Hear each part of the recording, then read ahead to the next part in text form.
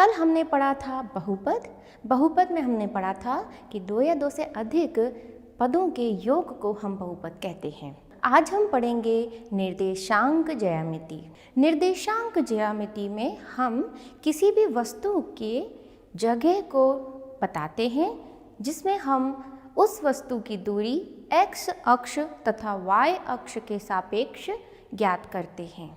अब ये कुछ परिभाषाएं आप समझिए।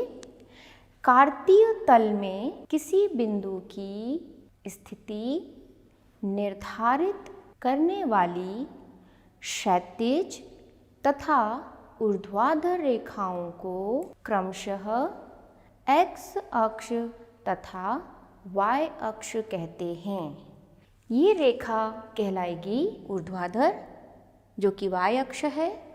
हम ऐसे लें तो इसे हम कहेंगे क्षैतिज अक्ष यानी x अक्ष। x तथा y अक्षों की रेखाओं से बने प्रत्येक भाग को चतुर्थांश कहते हैं। ये कुल 4 होते हैं। x अक्ष तथा y अक्ष के प्रतिच्छेदित बिंदु को मूल बिंदु कहते हैं। मूल बिंदु के निर्देशांक 0 0 होते हैं। निर्देशांक x तथा y का मान होता है, जो कि हम किसी वस्तु के लिए ज्ञात करते हैं कि वह वस्तु मूल बिंदु से कितनी दूरी पर है। बच्चों, चतुर्थांश कुल 4 होते हैं। आइए अब हम देखते हैं 1, 2, 3 और 4। ये है बच्चों क्षैतिज अक्ष। x यहाँ धनात्मक होता है। ये है y अक्ष, यहाँ y धनात्मक होता है। ये ऊर्ध्वाधर अक्ष है, ये क्षैतिज अक्ष है। x इस तरफ जाने पर बढ़ता है तथा x इस तरफ जाने पर माइनस में संख्या बढ़ती है। ऐसा हम कह सकते हैं कि यहाँ इस तरफ जाने पर यह घटता है। y का पॉजिटिव ऊपर की तरफ होता है और y अक्ष का नेगेटिव नीचे की तरफ होता है। बच्चों, हम देख सकते हैं कि यह प्रथम चतुर्थांश है तथा यह द्वितीय है, यह तृतीय है, यह चतुर्थ है। बच्चों, यदि किसी बिंदु धनात्मक होते हैं, x तथा y के मान यदि धनात्मक होते हैं, तब वह बिंदु प्रथम चतुर्थांश में आता है। x का मान ऋणात्मक हो और y का मान धनात्मक हो, तब द्वितीय चतुर्थांश में वह बिंदु आता है। यदि x का मान ऋणात्मक हो तथा y का मान भी ऋणात्मक हो, तब वह तृतीय चतुर्थांश में आता है। यदि x का मान धनात्मक हो तथा y का मान ऋणात्मक हो, तब वह चतुर्थ चतुर्थांश में आता है। बच्चों, यह बिंदु जो है जहाँ पर x तथा y अक्ष कट कर रहे हैं, प्रतिच्छेद कर रहे हैं, इस बिंदु को हम मूल बिंदु कहते हैं। मूल बिंदु के निर्देशांक 0 0 होते हैं। बच्चों, आइए अब हम देखते हैं किसी टेबल की दूरी x अक्ष से 4 एकक है तथा y अक्ष से 5 एकक दी गई है। हमें उस टेबल के यानी उस वस्तु के निर्देशांक दिए हुए हैं, परंतु हमें आरेखित करने हैं। x अक्ष से 4 एकक और y अक्ष से 5 एकक, ये वाला बिंदु। यहाँ पर आप रेखा खींच दीजिए। ध्यानपूर्वक ग्राफ पेपर पर स्केल से आप यह रेखा खींचिए। तब बिंदु 4, 5 टेबल की स्थिति बता रहा है, जो कि मूल बिंदु से निर्देशित किया गया है। बच्चों, आइए अब हम देखते हैं भुज तथा कोटि। भुज का अर्थ होता है y अक्ष से दूरी। किसी भी बिंदु के जो निर्देशांक दिए गए हैं, उनमें भुज का अर्थ होता है y अक्ष से दूरी। जैसा कि A बिंदु की y अक्ष से दूरी, यह दूरी 4 के बराबर है, तो यह भुज आ जाएगा 4। तथा कोटि का अर्थ होता है इस बिंदु में A बिंदु के लिए कोटि होगी x अक्ष से दूरी। अब x अक्ष से जो डिस्टेंस है, जो दूरी है आपकी, वो आपकी आ रही है 5। तो इस बिंदु के लिए आपका भुज हो जाएगा 4 तथा कोटि हो जाएगी 5। अब हम एक बिंदु और ले रहे हैं 6,2। इसमें y अक्ष से दूरी भुज का मान 6 है तथा x अक्ष से दूरी कोटि का मान 2 है। इस तरह बच्चों बिंदु B के लिए y अक्ष से दूरी 6 है तथा x अक्ष से दूरी 2 है। बच्चों यदि किसी बिंदु के निर्देशांक दिए गए हैं तब वह बिंदु के निर्देशांक निश्चित होते हैं।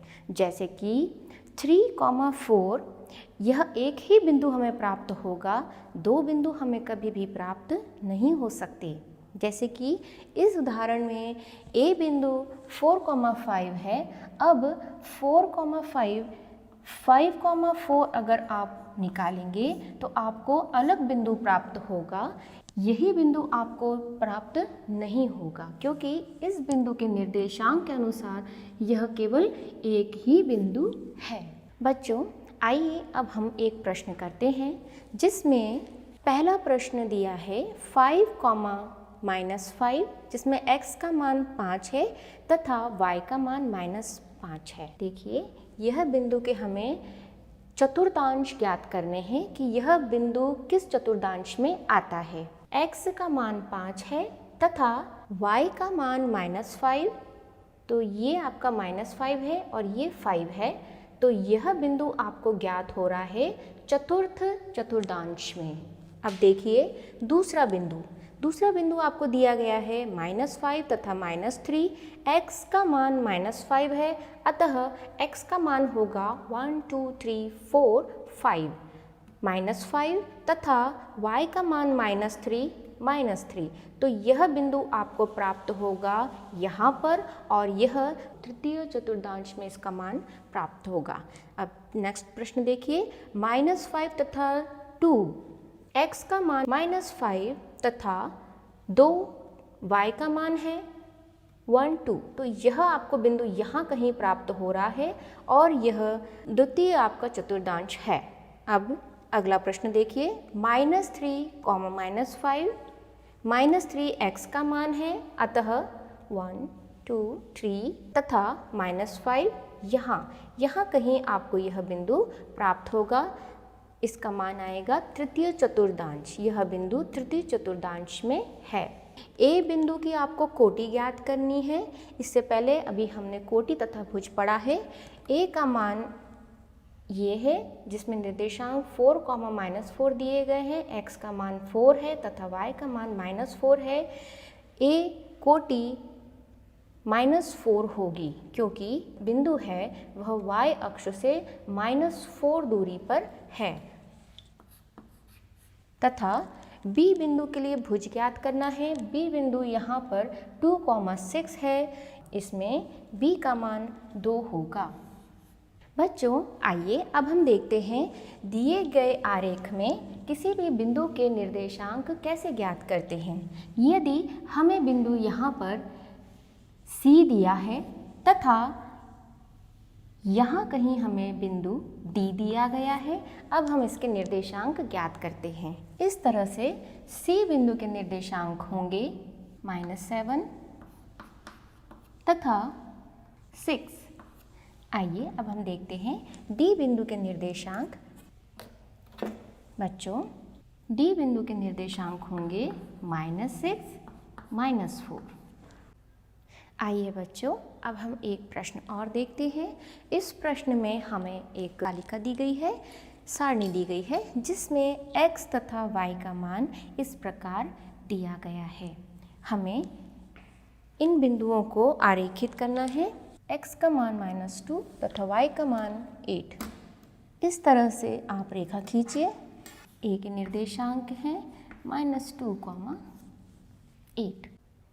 आइए अब हम बिंदु B के लिए, बिंदु B का मान दिया गया है -1 तथा 7। -1 x का मान है तथा 7 y का मान है। इस प्रकार यह बिंदु B प्राप्त होता है और बिंदु B के निर्देशांक होंगे -1, 7। यह दोनों बिंदु द्वितीय चतुर्थांश में प्राप्त हो रहे हैं। अब तीसरा बिंदु C के लिए 0, -0.25। आइए अब हम देखते हैं 0.25 यदि दिया गया हो तब हम इसे कैसे चिह्नित करते हैं। बच्चों, यहाँ पर मैंने एक स्केल बनाई है। इस स्केल का मान हम मानते हैं एकक है, एक यूनिट है। अब यदि 0.25 दिया गया है जिसका अर्थ होता है 1 का चौथाई भाग, यहाँ पर 1 का चौथाई भाग होगा यह बिंदु। आधा यदि आपको ज्ञात करना हो, आधे का अर्थ होता है 0.50। यदि 0.50 आपको ज्ञात करना है तो यह बिंदु आपका 1/2 यानी आधा होगा। यदि आपको 3/4 ज्ञात करना हो किसी एक भाग का, तब आप यह बिंदु निकालेंगे। जैसे कि मैं अभी यहाँ पर आपको x का मान 0 दिया है, सो x का मान 0 तथा y का मान माइनस में 0.25, जिसके निर्देशांक हैं 0, -0.25।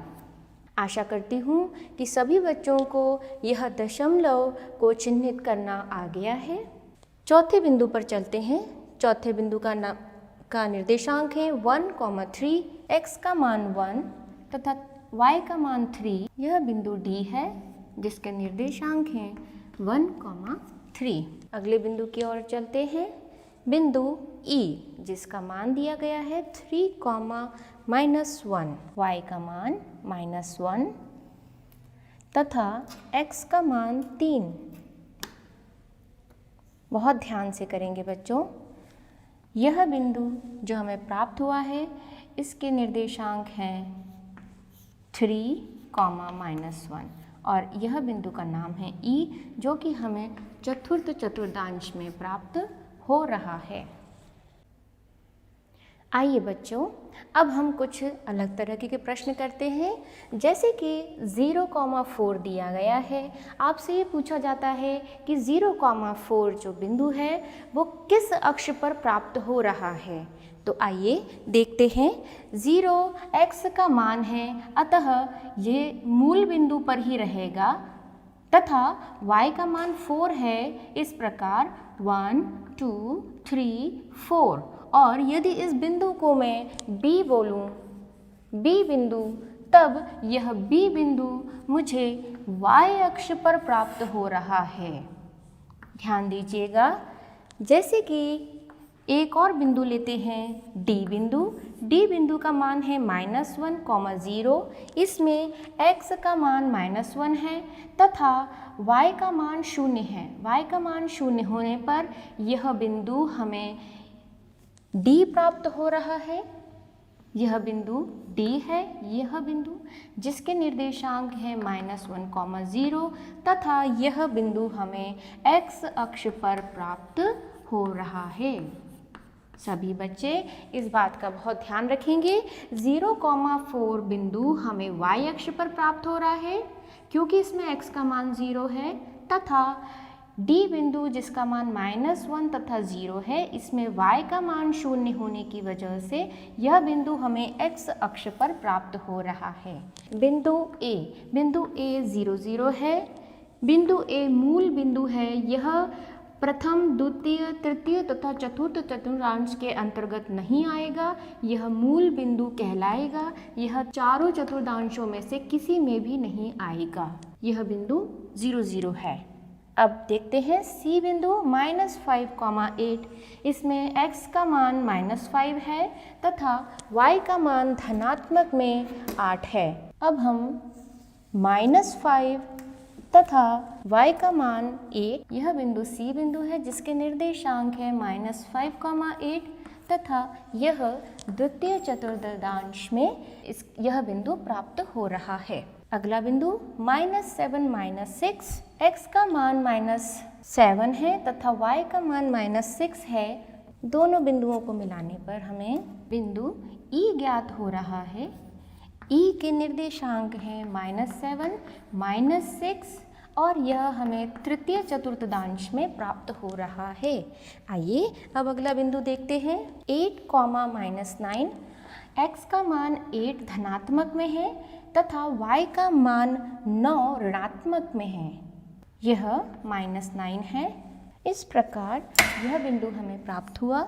f जिसका मान है 8, -9 और यह चतुर्थ चतुर्थांश में प्राप्त हुआ है। बच्चों आइए अब हम अगला प्रश्न देखते हैं। निम्न बिंदु आरेखित कीजिए तथा क्रम से मिलाने पर आकृति का नाम बताइए। प्रथम बिंदु दिया है P -3, 2। x का मान -3 है तथा y का मान 2 है। -3 व 2 को मिलाने पर बिंदु P का मान -3, 2 है, Q का मान 6, -3 है, S का मान 2, 2 है।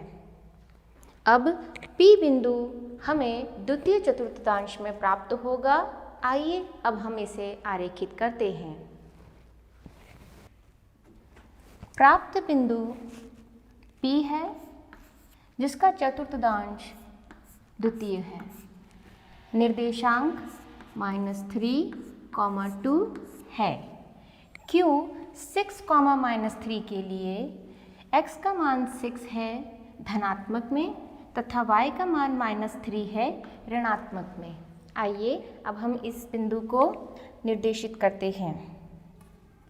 प्राप्त बिंदु Q है, इसके निर्देशांक 6, -3 है। S बिंदु के लिए 2, 2 x का मान 2 तथा y का मान 2 धनात्मक है। इस तरह हमें S बिंदु प्रथम चतुर्थांश में प्राप्त हो रहा है। प्राप्त बिंदु S है जिसके निर्देशांक 2, 2 है और यह प्रथम चतुर्थांश में प्राप्त हो रहा है। आइए अब हम ज्यामिति ज्ञात करते हैं। बच्चों हम इसमें देख सकते हैं कि P S Q का मिलान करने पर हमें एक त्रिकोण ज्ञात हो रहा है। प्राप्त ज्यामिति त्रिभुज है। प्राप्त ज्यामिति त्रिभुज P Q S है।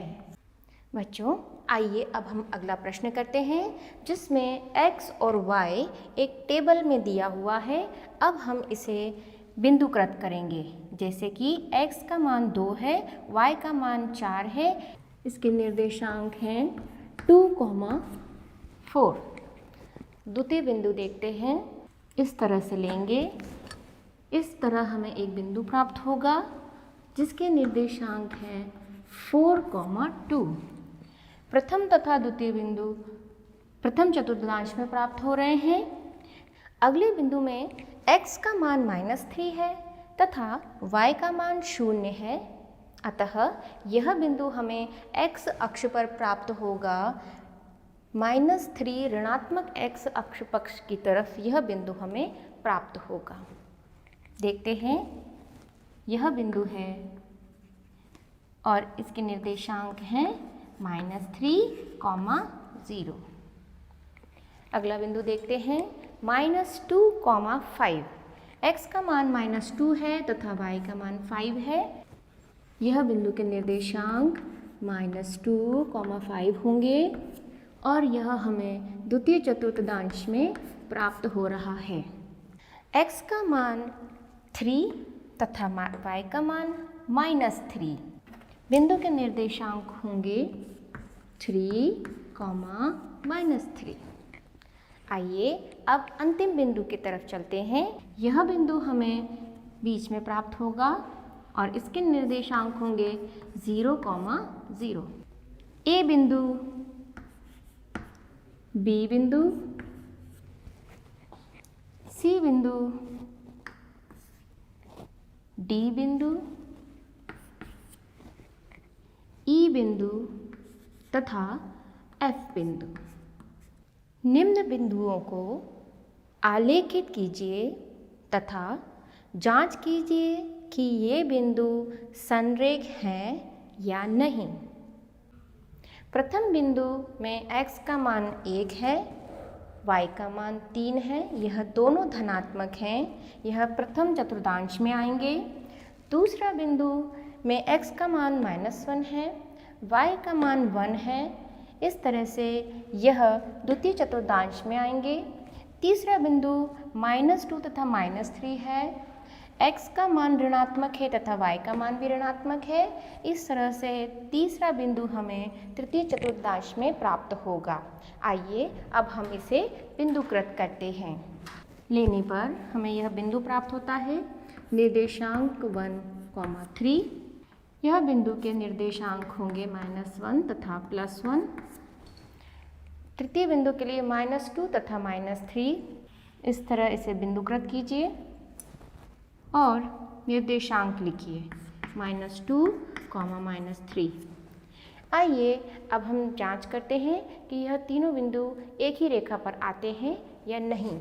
तीसरे बिंदु के साथ संयोग न होने की वजह से तीनों बिंदु एक ही रेखा पर नहीं आ पा रहे हैं, अतः यह संरेख नहीं है। बच्चों, अगले प्रश्न में हमें पुनः 3 बिंदु दिए गए हैं। 0, 0 मूल बिंदु है जिसके निर्देशांक हमें इस बिंदु पर प्राप्त होंगे।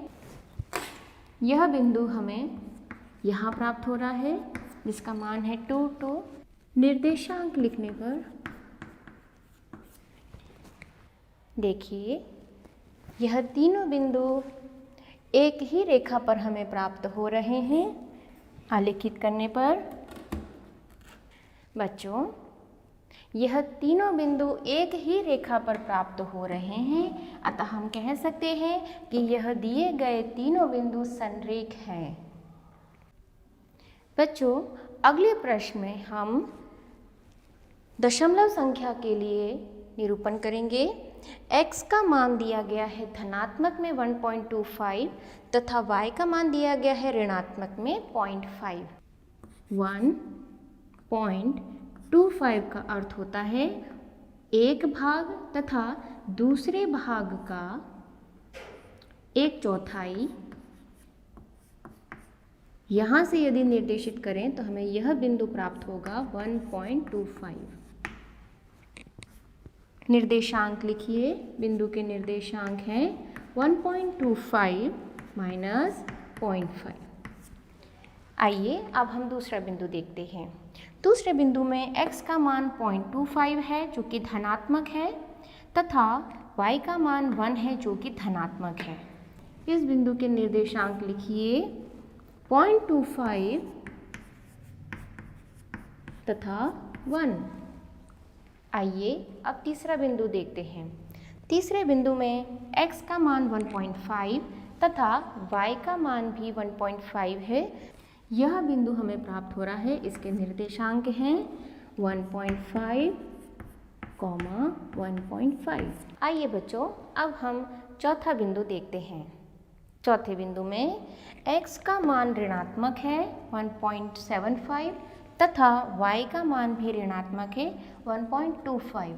1.75 के लिए आपको 1 से लेकर 2 तक लेना है, उसके बाद आपको 2 के बाद आपको ये 0.5 है, ये 0.2 है तथा यह भाग आपका 0.75 कहलाएगा।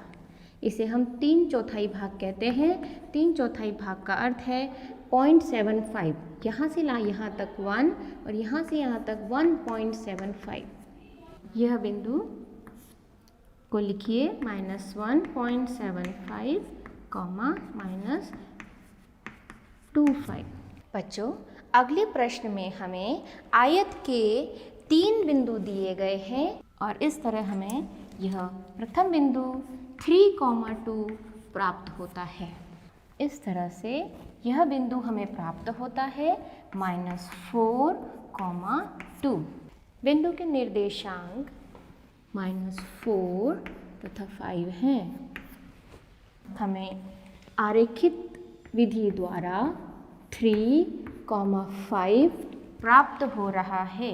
इस तरह x का मान 3 है तथा दिए गए आयत में y का मान 5 है। प्रश्न, गृह कार्य